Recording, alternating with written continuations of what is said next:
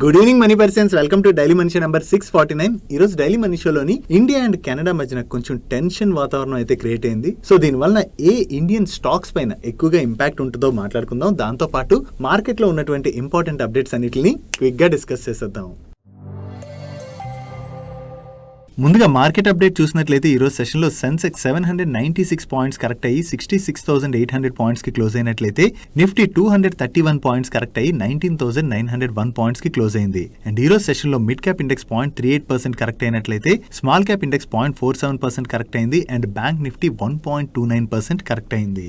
ఈ రోజు మార్నింగ్ నుంచి మన మార్కెట్ లో చాలా ప్రెషర్ కనపడింది కదా, దీనికి మల్టిపుల్ రీజన్స్ ఉన్నాయి. వన్ బై వన్ మనం ఇప్పుడు డిస్కస్ చేసుకుందాం. ముందుగా ఇండియా అండ్ కెనడా మధ్యన తలెత్తుతున్నటువంటి టెన్షన్ వాతావరణం ఏదైతే ఉందో దాని వల్ల మన మార్కెట్ కొంత ఇంపాక్ట్ అయింది.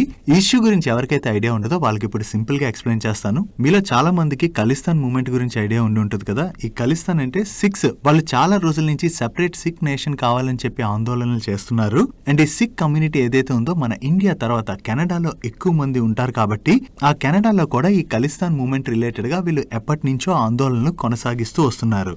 సో కెనడాలోని ఇండియాకి అగెనిస్ట్ గా ఈ ఆందోళనలు కొనసాగుతున్నా కూడా అక్కడ కెనడా గవర్నమెంట్ వీటిని సరిగ్గా కంట్రోల్ చేయలేకపోతుందని చెప్పి గవర్నమెంట్ ఆఫ్ ఇండియా అయితే ఎప్పటి నుంచో చెప్తానే వస్తుంది. నో రీసెంట్ జూన్ మంత్ లోని ఈ ఖలిస్తాన్ మూవ్మెంట్ లోని మెయిన్ వ్యక్తి అయినటువంటి హర్దీప్ సింగ్ అనేటువంటి వ్యక్తిని కెనడాలోనే కొంతమంది గుర్తు తెలియని వ్యక్తులు కాల్చి చంపడం జరిగింది. సో ఈ పర్సన్ ఎవరైతే చనిపోయాడో ఆయనకి కెనడా సిటిజన్షిప్ కూడా ఉన్నది. ఈ వీక్ లోనే కెనడా ప్రైమ్ మినిస్టర్ అయినటువంటి జస్టిన్ మాట్లాడుతూ ఈ హర్దీప్ సింగ్ అనేటువంటి వ్యక్తిని చంపడంలోని ఇండియా యొక్క పాత్ర ఉన్నది అన్నట్టుగా కామెంట్ చేయడం జరిగింది. అండ్ అంతేకాకుండా కెనడాలో ఉన్నటువంటి మన ఇండియన్ రాయబారి అంటే దౌత్యవేత్తలు ఉంటారు కదా, ఈయన్ని కెనడా నుంచి బహిష్కరిస్తున్నట్టుగా కూడా కెనడా గవర్నమెంట్ అనౌన్స్ చేయడం జరిగింది. సో కెనడా మన ఇండియా మీద ఎలాంటి క్లెయిమ్స్ చేసేసరికి దాని రిలేటెడ్ గా ఇండియన్ గవర్నమెంట్ కూడా రెస్పాండ్ అవుతూ కెనడా చేస్తున్నటువంటి ఆరోపణలు తప్పని చెప్పి ఖండించడం జరిగింది. అండ్ అంతేకాకుండా మన ఇండియాకి అగెనిస్ట్ గా కెనడాలో జరుగుతున్నటువంటి ఇష్యూని కెనడా గవర్నమెంట్ సరిగ్గా కంట్రోల్ చేయలేకపోయిందని, అండ్ అంతేకాకుండా మన దౌత్యవేత్తను వెంటనే వాళ్ళు వెళ్ళిపోవాలని ఆదేశించారు కదా, దీనికి ఇండియా కూడా స్ట్రాంగ్ గా రిప్లై చేస్తూ మన ఇండియాలో ఉన్నటువంటి కెనడా దౌత్యవేత్త కూడా నెక్స్ట్ 5 days లోని ఇండియాను వదిలి వెళ్ళిపోవాలని చెప్పి ఇండియన్ గవర్నమెంట్ కూడా ఆదేశించడం జరిగింది. సో కెనడా మన మీద చేసినటువంటి ఆరోపణలకి ఇండియన్ గవర్నమెంట్ దగ్గర నుంచి కూడా స్ట్రాంగ్ గానే రిప్లై వచ్చింది. సో ఇండియా అండ్ కెనడా మధ్యన ఈ టెన్షన్ వాతావరణం ఏదైతే క్రియేట్ అవుతుందో దాని వల్లనే ఈ రోజు మార్కెట్ లో ముందుగా మనం ప్రెషర్ చూసాం. అండ్ అంతేకాకుండా కెనడియన్ పెన్షన్ ఫండ్ మన ఇండియాకి చెందినటువంటి లిస్టెడ్ అండ్ అన్లిస్టెడ్ స్టాక్స్ లో దగ్గరగా 1.3 lakh crores వరకు ఇన్వెస్ట్ చేయడం జరిగింది. సో ఇప్పుడు కెనడా అండ్ ఇండియా మధ్యన ఈ టెన్షన్ వాతావరణాలు క్రియేట్ అవుతున్నాయి కాబట్టి ఈ స్టాక్స్ ని కెనడియన్ పెన్షన్ ఫండ్ సేల్ చేసేటువంటి అవకాశం ఉన్నదని చెప్పి మార్కెట్ అయితే వరి అయింది. మెయిన్లీ లిస్టెడ్ స్టాక్స్ లో మనం చూసుకున్నట్లయితే కెనడియన్ పెన్షన్ ఫండ్ కి కోటక్ బ్యాంక్ లోని జూన్ క్వార్టర్ ఎండింగ్ నాటికి 2.7% స్టేక్ ఉన్నట్లయితే డెలివరీలో 6% స్టేక్ ఉన్నది, జొమాటోలో 2.4% స్టేక్ ఉన్నది, అండ్ పేటిఎం లో 1.76%, నైకాలోని 1.47% స్టేక్ ని హోల్డ్ చేస్తుంది. సో ఇండియా కెనడా మధ్యన ఈ మాటల యుద్ధం ఇంకా కంటిన్యూ అయినట్లయితే దాని వల్ల కెనడియన్ పెన్షన్ ఫండ్ ఈ స్టాక్స్ ని సేల్ చేసేటువంటి అవకాశం ఉన్నదని మార్కెట్ ఎక్స్పెక్ట్ చేయడంతోనే ఈ రోజు మోస్ట్ ఆఫ్ ది స్టాక్స్ లోని మనం ప్రెషర్ చూసాం. జనరల్ ఏవైనా 2 కంట్రీస్ మధ్యన ఇటువంటి ఇష్యూస్ క్రియేట్ అయినప్పుడు మార్కెట్ అయితే దాన్ని కొంచెం నెగిటివ్ గా తీసుకుంటుంది. దానివల్ల ఈ రోజు ఈ స్టాక్స్ లోని ప్రెషర్ చూసాం. అండ్ అలాగే మార్కెట్ లో కూడా కొంత ప్రెషర్ కనపడింది. కాకపోతే ఇప్పుడు ఈ ఇష్యూ ఏదైతే నడుస్తుందో దీని వల్ల కెనడియన్ పెన్షన్ ఫండ్ ఈ స్టాక్స్ అన్ని అమ్మేస్తుందా అంటే ఏదైనా కంట్రీ కావచ్చు లేదా ఫండ్స్ కావచ్చు వేరే కంట్రీకి చెందినటువంటి లిస్టెడ్ ఎంటిటీస్ లో ఎందుకు ఇన్వెస్ట్ చేస్తారు? ఆ లిస్టెడ్ ఎంటిటీస్ వాళ్ళకి మంచి రిటర్న్స్ ఇస్తాయనే కదా ఇన్వెస్ట్ చేస్తారు. అండ్ అంతేకాకుండా మన ఎకానమీ గ్రో అవుతుంది, అండ్ అలాగే మన ఈక్విటీ మార్కెట్స్ కూడా గ్రో అవుతున్నాయి. సో ఇటువంటి సందర్భంలో కెనడియన్ పెన్షన్ ఫండ్ అయితే ఈ ఇష్యూ ఏదైతే నడుస్తుందో దాని వలన ఈ స్టాక్స్ ని సెల్ చేసేస్తుందా అంటే వెంటనే సెల్ చేసేస్తుందని మనం ఒక కన్క్లూజన్ కి రాలేము. అండ్ అంతేకాకుండా ఈ ఇష్యూ ఇంకా కంటిన్యూ అవుతుందా లేదా అన్నది మనకు తెలియదు. ప్రస్తుతం అయితే 2 కంట్రీస్ మధ్యన ఈ మాటల యుద్ధం నడుస్తుంది కదా, మైట్ బి ఇది కొన్ని రోజుల్లోని కామ్ డౌన్ అయ్యేటువంటి అవకాశం కూడా ఉన్నది. అండ్ ఈ రోజు మార్కెట్ క్లోజ్ అయ్యే ముందు మన ఇండియన్ గవర్నమెంట్ దగ్గర నుంచి కూడా ఒక సర్క్యులర్ వచ్చింది. కెనడాలో ఎవరైతే స్టూడెంట్స్ కావచ్చు అక్కడ ఉంటున్నటువంటి మన ఇండియన్స్ ఉంటారు కదా, వాళ్ళు కూడా కొంచెం జాగ్రత్తగా ఉండాలి. ఎందుకంటే ఇప్పుడు ఇష్యూ క్రియేట్ అవుతుంది కాబట్టి దాడులు అవే జరిగేటువంటి అవకాశం ఉన్నదని చెప్పి ఒక సర్క్యులర్ ని రిలీజ్ చేశారు. ఇది కెనడా అండ్ ఇండియా మధ్యన జరుగుతున్నటువంటి ఇష్యూ. నెక్స్ట్ దీంతో పాటుగా మార్కెట్ కరెక్ట్ అవడానికి మరొక రీజన్, ఈ రోజు హెచ్డిఎఫ్సి బ్యాంక్ స్టాక్ నియర్లీ 4% వరకు కరెక్ట్ అయింది కదా. మెయిన్లీ నిఫ్టీ కరెక్ట్ అయినటువంటి 231 పాయింట్స్ లోని HDFC bank stock 107 points drag చేసింది. అండ్ హెచ్డిఎఫ్సి బ్యాంక్ కాకుండా రిలయన్స్ ఇండస్ట్రీస్ కూడా 43 పాయింట్స్ ని డ్రాగ్ చేయడం జరిగింది. సో ఈ 2 స్టాక్సే మెయిన్లీ మార్కెట్ ని ఈ రోజు డ్రాగ్ చేశాయి. ఈ హెచ్డిఎఫ్సి బ్యాంక్ స్టాక్ లో ఎందుకు ప్రెషర్ కనపడింది అన్నది మనం నెక్స్ట్ మాట్లాడుకుందాం. అండ్ వీటితో పాటు ఈ రోజు యుఎస్ ఫెడ్ మీటింగ్ అవుట్కమ్ కూడా రానున్నది. మార్కెట్ అయితే ఈసారి యుఎస్ ఫెడ్ ఇంట్రెస్ట్ రేట్స్ పెంచకపోవచ్చు అని ఎస్టిమేట్ చేస్తుంది. బట్ యుఎస్ ఫెడ్ వాళ్ళు ఎటువంటి అనౌన్స్మెంట్ చేస్తారో చూడాలి. అండ్ అంతేకాకుండా ఫ్యూచర్ మీటింగ్స్ రిలేటెడ్ గా అండ్ యుఎస్ ఎకానమీ రిలేటెడ్ గా కూడా యుఎస్ ఫెడ్ దగ్గర నుంచి ఎటువంటి కామెంట్స్ వస్తాయి అన్నది చూడాలి. సో ఈ రోజు యుఎస్ ఫెడ్ మీటింగ్ అవుట్కమ్ రానున్నది కాబట్టి దాంతో ఈ రోజు మన మార్కెట్ లోనే కాదు most of the Asian markets లో కూడా మనం ప్రెషర్ చూసాం. అండ్ దీంతో పాటుగా క్రూడ్ ఆయిల్ ప్రైస్లు కూడా కంటిన్యూస్ గా పెరుగుతున్నాయి కదా, ఇది కూడా మన ఇండియన్ ఈక్విటీ మార్కెట్స్ రిలేటెడ్ గా కొంత నెగిటివే. సో ఈ కెనడా ఇండియా మధ్య ఉన్నటువంటి టెన్షన్స్ తోనే కాదు, ఇవన్నీ రీజన్స్ కూడా ఇన్వాల్వ్ అవడం వల్లనే ఈ రోజు మన మార్కెట్ లోని అంతలా ప్రెషర్ ని చూసాం. డైలీ మార్కెట్ లో వచ్చేటువంటి ఇటువంటి ఇంపార్టెంట్ ఇన్ఫర్మేషన్ ని మీతో డీటెయిల్ గా షేర్ చేయడానికి మన మనీ పర్స్ టీమ్ ఏవైతే ఎఫర్ట్స్ పెడుతుందో ఆ ఎఫర్ట్స్ కనుక మీకు హెల్ప్ఫుల్ అవుతున్నట్లయితే వీడియోని మర్చిపోకుండా లైక్ చేయడానికి ప్రయత్నించండి. నెక్స్ట్ ఈ రోజు సెషన్ లో మార్నింగ్ నుంచి హెచ్డిఎఫ్సి బ్యాంక్ స్టాక్ లోని మనకి చాలా ప్రెషర్ కనపడింది కదా. దీనికి రీజన్ ఏంటంటే మండే రోజు మన మార్కెట్ క్లోజ్ అయిన తర్వాత హెచ్డిఎఫ్సి బ్యాంక్ వాళ్ళు అనలిస్ట్ డే ని కండక్ట్ చేయడం జరిగింది. ఈ అనలిస్ట్ డే లోని మీకు ఇక్కడ కనపడుతున్నటువంటి వేరియస్ ఇన్స్టిట్యూషన్స్ అయితే పార్టిసిపేట్ చేశాయి. ఈ అనలిస్ట్ డే లో హెచ్డిఎఫ్సి బ్యాంక్ వాళ్ళు చేసినటువంటి కామెంట్స్ తోనే ఈ రోజు సెషన్ లో మనం హెచ్డిఎఫ్సి బ్యాంక్ స్టాక్ లోని ఇంత ప్రెషర్ చూసాం. యాక్చువల్లీ హెచ్డిఎఫ్సి బ్యాంక్ వాళ్ళు ఏం చెప్తున్నారంటే, మీ అందరికి ఆల్రెడీ ఐడియా ఉన్నది కదా, ఈ హెచ్డిఎఫ్సి బ్యాంక్ లోని హెచ్డిఎఫ్సి లిమిటెడ్ ని మర్జ్ చేశారు కదా. సో ఈ మర్జ్డ్ ఎంటిటీ నెంబర్స్ ని వీళ్ళు ఈ అనలిస్ట్ డే లోని షేర్ చేయడం జరిగింది.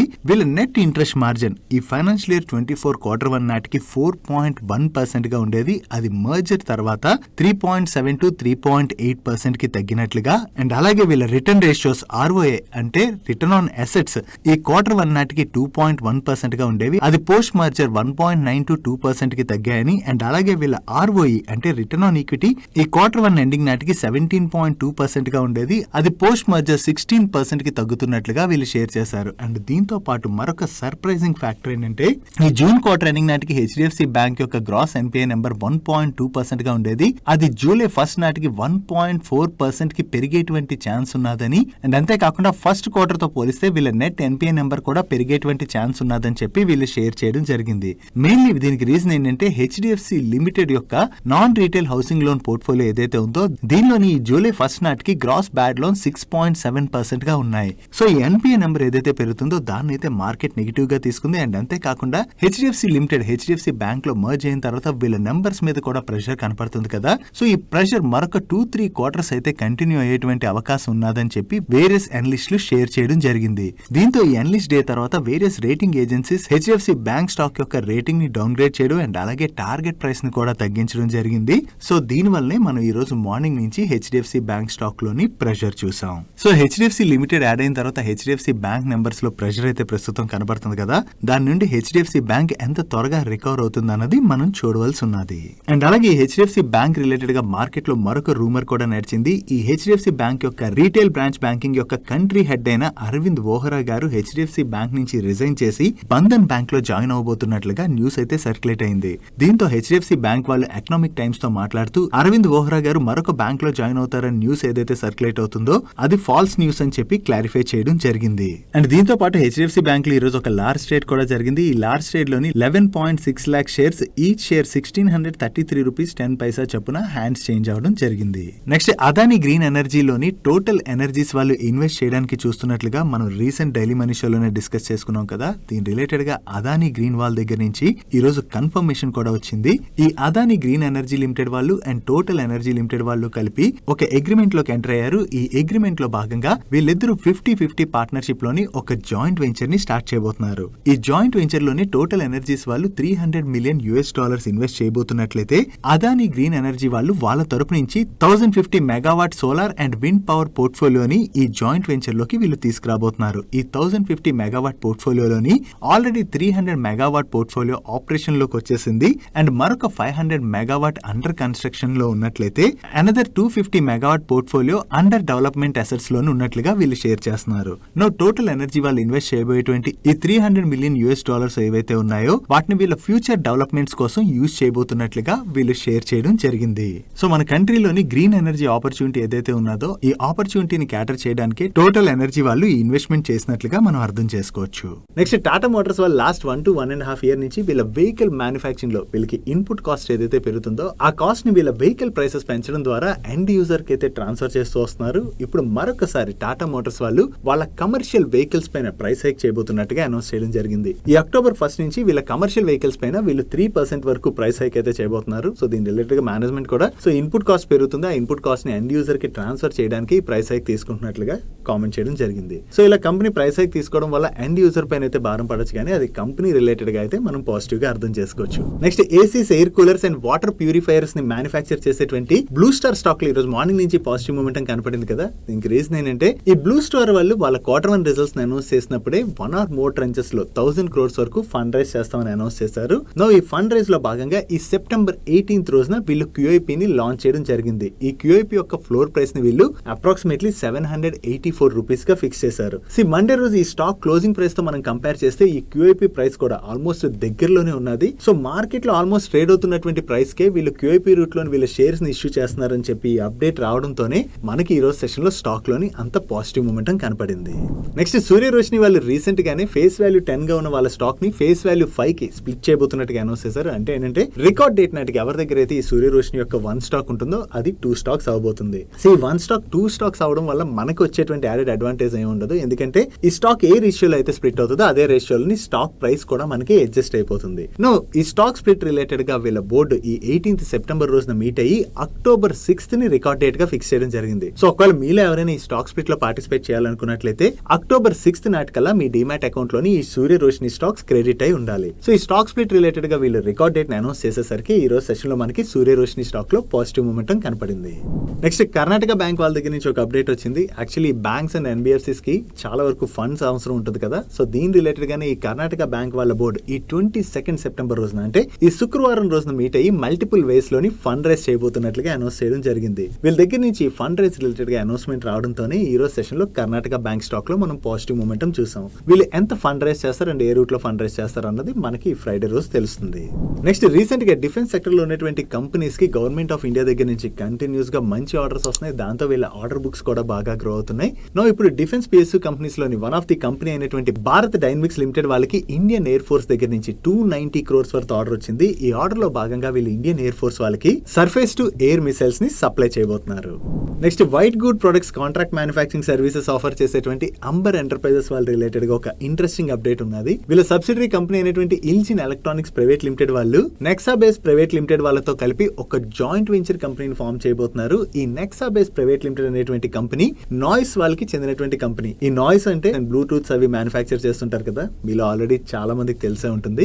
ఈ కంపెనీతో కలిపి వీళ్ళు 50-50 పార్ట్నర్షిప్ లోని జాయింట్ వెంచర్ ని స్టార్ట్ చేసి ఈ జాయింట్ వెంచర్ లో భాగంగా వీళ్ళు వేరబుల్స్ అండ్ స్మార్ట్ ఎలక్ట్రానిక్స్ అంటే స్మార్ట్ వాచెస్, ఇయర్ బడ్స్ ఇటువంటివన్నీ ఉంటాయి కదా, వీటిని మ్యానుఫ్యాక్చర్ చేయడంతో పాటు డిస్ట్రిబ్యూషన్ అండ్ అలాగే సేల్ చేయబోతున్నట్టుగా కూడా అనౌన్స్ చేయడం జరిగింది. ఇది అంబర్ ఎంటర్ప్రైజెస్ వాళ్ళ రిలేటెడ్ గా మనం పాజిటివ్ గా అర్థం చేసుకోవచ్చు. నెక్స్ట్ రీసెంట్ రిలయన్స్ ఇండస్ట్రీస్ యొక్క AGM లోని రిలయన్స్ ఇండస్ట్రీస్ యొక్క చైర్మన్ అనేటువంటి ముఖేష్ అంబానీ గారు త్వరలోనే జియో ఎయిర్ ఫైబర్ ని తీసుకొస్తామని అనౌన్స్ చేశారు కదా. జియో ఎయిర్ ఫైబర్ కి జియో ఫైబర్ కనెక్షన్ కి డిఫరెన్స్ ఏంటంటే జియో ఫైబర్ మనకి వైర్ కనెక్షన్ తో వస్తుంది. అదే జియో ఎయిర్ ఫైబర్ అయితే పోర్టబుల్ డివైస్, ఎటువంటి వైర్ కనెక్షన్ లేకుండా పోర్టబుల్ డివైస్ తోనే మనకు వచ్చేస్తుంది. ఆ Jio air fibre portable device ఏదైతే ఉంటుందో దాన్ని మనం ఎక్కడికి కావాలంటే అక్కడికి క్యారీ చేసుకోవచ్చు కూడా. ఈ జియో ఎయిర్ ఫైబర్ ని వీళ్ళు ఇప్పుడు మన ఇండియాలో ఉన్నటువంటి 8 సిటీస్ లో లాంచ్ చేయడం జరిగింది. ఆ సిటీస్ లిస్ట్ మీరు ఇక్కడ చూడొచ్చు. అండ్ జియో ఫైబర్ కనెక్షన్స్ కి ఏవైతే ప్లాన్స్ ఉన్నాయో ఆల్మోస్ట్ సిమిలర్ ప్లాన్స్ వీళ్ళు జియో ఎయిర్ ఫైబర్ లో కూడా తీసుకొచ్చారు. ఆల్రెడీ జియో ఫైబర్ అయితే చాలా సక్సెస్ అయింది. ఈ జియో ఎయిర్ ఫైబర్ ద్వారా కూడా వీళ్ళు మరిన్ని కనెక్షన్స్ అయితే పొందబోతున్నట్లుగా మనం అర్థం చేసుకోవచ్చు. అండ్ అలాగే రిలయన్స్ ఇండస్ట్రీస్ లో ఈ రోజు ఒక లార్జ్ ట్రేడ్ కూడా జరిగింది. ఈ లార్జ్ ట్రేడ్ లోని 3,984 crores worth shares, each share 2,410 rupees చొప్పున హ్యాండ్స్ చేంజ్ అవడం జరిగింది. ఈ లార్జ్ ట్రేడ్ లో బయర్స్ ఎవరు, సెల్లర్స్ ఎవరు అన్నది మనకి ఈ రోజు నైట్ కి అప్డేట్ అవుతుంది. నెక్స్ట్ రోజుకి పెట్రోల్ అండ్ డీజిల్ ప్రైసులు బాగా పెరిగిపోతున్నాయి కదా. సో ఈ పెట్రోల్ డీజిల్ ప్రైసులు బాగా పెరిగిపోవడంతో 4-wheeler యూస్ చేసే వాళ్ళు కావచ్చు, 2-wheelers యూస్ చేసే వాళ్ళు కావచ్చు, వీళ్ళపైన అదనపు భారం అయితే పడుతుంది కదా. సో దీంతో చాలా మంది పెట్రోల్ డీజిల్ వెహికల్స్ కి ఆల్టర్నేట్ అయినటువంటి ఎలక్ట్రిక్ వెహికల్స్ ని కొనడానికి ఇష్టపడుతున్నారు. అండ్ అలాగే కార్స్ అయితే CNG కార్స్ ని కూడా కొనడానికి ఇష్టపడుతున్నారు. బట్ కానీ 2-wheelers విషయంకి వచ్చేసరికి మనకి ఓన్లీ పెట్రోల్ వేరియంట్ కాకుండా ఎలక్ట్రిక్ వెహికల్ ఆప్షన్ మాత్రమే ఉన్నది. CNG ఆప్షన్ ఇప్పటి వరకు లేదు. అండ్ దీని రిలేటెడ్ గా బజాజ్ ఆటో MD అయినటువంటి రాజీవ్ బజాజ్ గారు CNBC తో మాట్లాడుతూ కొన్ని ఇంట్రెస్టింగ్ కామెంట్స్ చేశారు. ఈ బజాజ్ ఆటో వాళ్ళ సేల్స్ ఏవైతే అవుతున్నాయో వాటిలోని 70% of the sales 125cc and above ఉన్నటువంటి బైక్స్ అవుతున్నాయని, ఈ పెట్రోల్ కాస్టులు బాగా పెరిగిపోవడంతో సామాన్యులు ఎక్కువగా బైక్స్ కొనట్లేదని, దానివల్ల 100cc మోటార్ సైకిల్స్ ఏవైతే ఉంటాయో ఈ సెగ్మెంట్ లో సేల్స్ అయితే బాగా తగ్గుతున్నాయని, సో వీళ్ళని అడ్రస్ చేయడానికి ఒకవేళ గవర్నమెంట్ ఆఫ్ ఇండియా కనుక సపోర్ట్ చేసినట్లయితే మైట్ బి త్వరలోనే బజాజ్ వాళ్ళు CNG entry level motor cycle ని కూడా తీసుకొచ్చేటువంటి అవకాశం ఉన్నదని చెప్పి ఈయన కామెంట్ చేయడం చేయడం జరిగింది.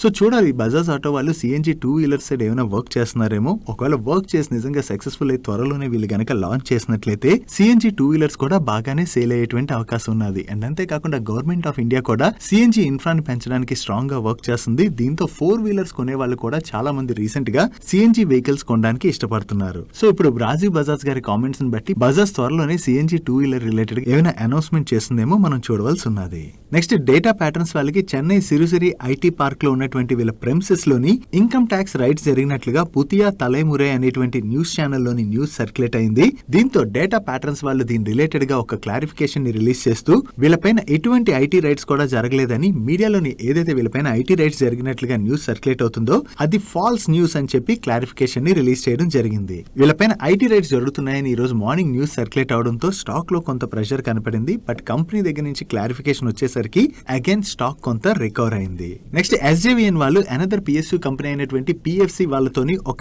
ఎంఓయు సైన్ చేశారు. ఈ ఎంఓయులో భాగంగా ఎస్జేవిఎన్ వాళ్ళు డెవలప్ చేయబోయేటువంటి రెన్యూబుల్ ఎనర్జీ ప్రాజెక్ట్స్ అండ్ అలాగే థర్మల్ ప్రాజెక్ట్స్ ఏవైతే ఉంటాయో ఈ ప్రాజెక్ట్స్ కోసం పవర్ ఫైనాన్స్ కార్పొరేషన్ వాళ్ళు ఫైనాన్షియల్ అసిస్టెన్స్ ఇవ్వబోతున్నారు. అంటే వీళ్ళకి లోన్స్ ఇవ్వబోతున్నారు. ఈ టోటల్ ప్రాజెక్ట్స్ కాస్ట్ 1,18,826 crores. దీనిలో ఎస్జేవిఎన్ వాళ్ళు ఏం చెప్తున్నారంటే ఈ ప్రాజెక్ట్ కాస్ట్లు ఏవైతే ఉంటాయో దానిలో 70% ఫైనాన్షియల్ అసిస్టెన్స్ అయితే టర్మ్ లోన్ రూపంలో వీళ్ళ దగ్గర నుంచి వస్తాయని, అదే ఒకవేళ వీళ్ళు రెన్యూబుల్ ఎనర్జీ ప్రాజెక్ట్స్ ని కనుక డెవలప్ చేస్తున్నట్లయితే ప్రాజెక్ట్ రిక్వైర్మెంట్ ని బట్టి ఈ పర్సెంటేజ్ కూడా పెరిగేటువంటి ఛాన్స్ ఉన్నదని చెప్పి వీళ్ళు షేర్ చేయడం జరిగింది. సో వీళ్ళు డెవలప్ చేయబోయేటువంటి ప్రాజెక్ట్స్ కి పిఎఫ్సి వాళ్ళ దగ్గర నుంచి ఫైనాన్షియల్ అసిస్టెన్స్ దొరుకుతుంది కాబట్టి అది కంపెనీ రిలేటెడ్ గా పాజిటివ్. దీంతోనే ఈ అప్డేట్ రావడంతో ఎస్జేవిఎన్ లిమిటెడ్ స్టాక్ లో ఈ రోజు పాజిటివ్ మూమెంటం చూసాం. Next garden reach ship builders వాళ్ళు లండన్ లో జరిగినటువంటి defence and security equipment international exhibition లో పార్టిసిపేట్ చేసినట్లుగా అండ్ ఎగ్జిబిషన్ లో వీళ్ళు 2 నాన్ బైండింగ్ ఎంఓఎస్ కూడా సైన్ చేసినట్లుగా షేర్ చేస్తున్నారు. దీనిలో ఫస్ట్ ఎంఓయు లాయిడ్స్ వాళ్ళతో చేశారు. దీనిలో భాగంగా వీళ్ళు హైడ్రోజన్ ఫ్యూయల్ సెల్ ఫెరీని డెవలప్ చేయబోతున్నట్లుగా చెప్తున్నారు. And second MoU Caterpillar INC వాళ్ళతో సైన్ చేయడం జరిగింది. దీనిలో భాగంగా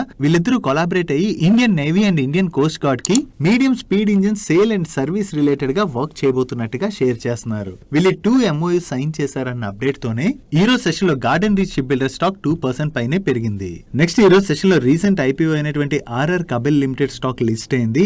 ఈ రోజు సెషన్ లో ఈ స్టాక్ BSE లోని 1179 రూపీస్ కి లిస్ట్ అయింది. Against IPO price 1035 rupees. అక్కడి నుంచి ఈ స్టాక్ మరి కొంచెం పెరిగి చివరికి ఈ రోజు సెషన్ లో 1196 రూపీస్ 65 పైసా క్లోజ్ అయింది. డే 1 రోజున ఈ స్టాక్ ఐపీఓ ఇన్వెస్టర్స్ కి 15.62% రిటర్న్స్ డెలివర్ చేసింది. నెక్స్ట్ ఈ రోజు సెషన్ లో ఎస్ బ్యాంక్ లోని ఒక లార్జ్ షేర్ జరిగింది. ఈ లార్జ్ షేర్ లోని nearly 1 crore shares each share 18 rupees 30 పైసా చొప్పున హ్యాండ్స్ చేంజ్ అవడం జరిగింది. ఈ లార్జ్ షేర్ లో బయర్స్ ఎవరు అండ్ సెల్లర్స్ ఎవరు అన్నది మనకి ఈ రోజు నైట్ కి అప్డేట్ అవుతుంది. That's it for today's daily money show guys. ఈ రోజు డైలీ మనీ షో మే షేర్ చేసిన ఇన్ఫర్మేషన్ మీకు నచ్చినట్లయితే వీడియోని లైక్ చేయండి. అండ్ ఈ video me friends and family members helpful అవుతుందంటే ఈ వీడియోని వాళ్ళకి షేర్ చేయండి. అండ్ మీరైతే ఫస్ట్ టైం మన మనీ పర్స్ ఛానల్ కి వచ్చి ఛానల్ ఇంకా సబ్స్క్రైబ్ చేయనట్లయితే ఇక్కడ ఉన్న ఛానల్ లోగో మీద క్లిక్ చేసి ఛానల్ సబ్స్క్రైబ్ చేస్తూ పక్కన బెల్ ఐకాన్ లో ఆల్ నోటిఫికేషన్స్ యాక్టివేట్ చేసుకోండి. నేను చంద్రశేఖర్ పత్రి మరొక ఇంట్రెస్టింగ్ వీడియోతో కలుద్దాం. Good night.